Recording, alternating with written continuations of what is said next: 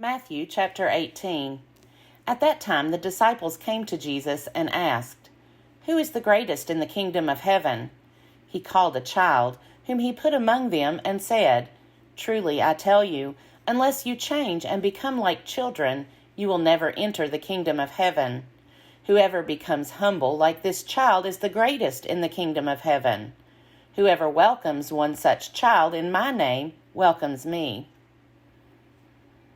If any of you put a stumbling block before one of these little ones who believe in me, it would be better for you if a great millstone were fastened around your neck and you were drowned in the depth of the sea. Woe to the world because of stumbling blocks. Occasions for stumbling are bound to come, but woe to the one by whom the stumbling block comes. If your hand or your foot causes you to stumble, cut it off and throw it away. It is better for you to enter life maimed or lame than to have 2 hands or 2 feet and to be thrown into the eternal fire. And if your eye causes you to stumble, tear it out and throw it away. It is better for you to enter life with 1 eye than to have 2 eyes and to be thrown into the hell of fire. Take care that you do not despise one of these little ones. For I tell you, in heaven their angels continually see the face of my Father in heaven. What do you think? If a shepherd has 100 sheep, and one of them has gone astray, does he not leave the 99 on the mountains and go in search of the one that went astray? And if he finds it, truly I tell you, he rejoices over it more than over the 99 that never went astray. So it is not the will of your Father in heaven that one of these little ones should be lost.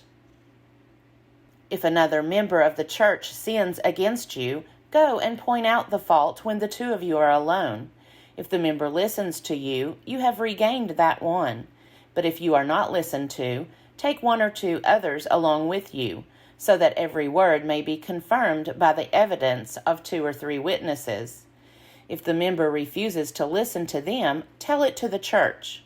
And if the offender refuses to listen even to the church, let such a one be to you as a Gentile and a tax collector.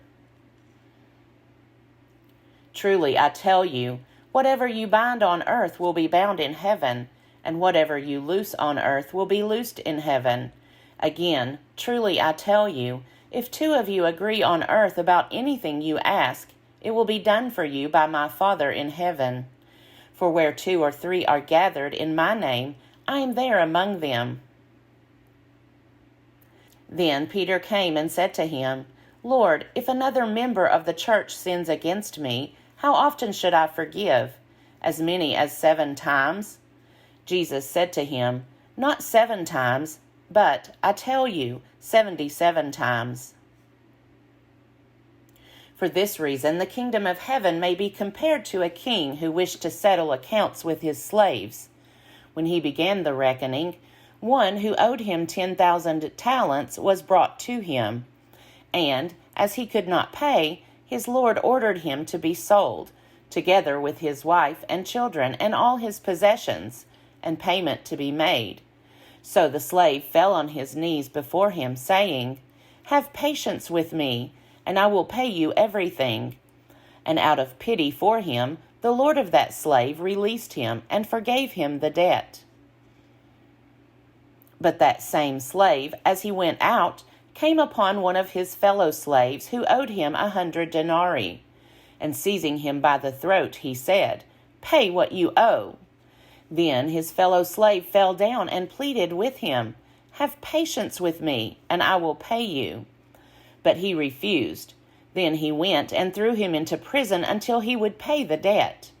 When his fellow slaves saw what had happened, they were greatly distressed, and they went and reported to their lord all that had taken place. Then his lord summoned him and said to him, "You wicked slave! I forgave you all that debt because you pleaded with me. Should you not have had mercy on your fellow slave, as I had mercy on you?"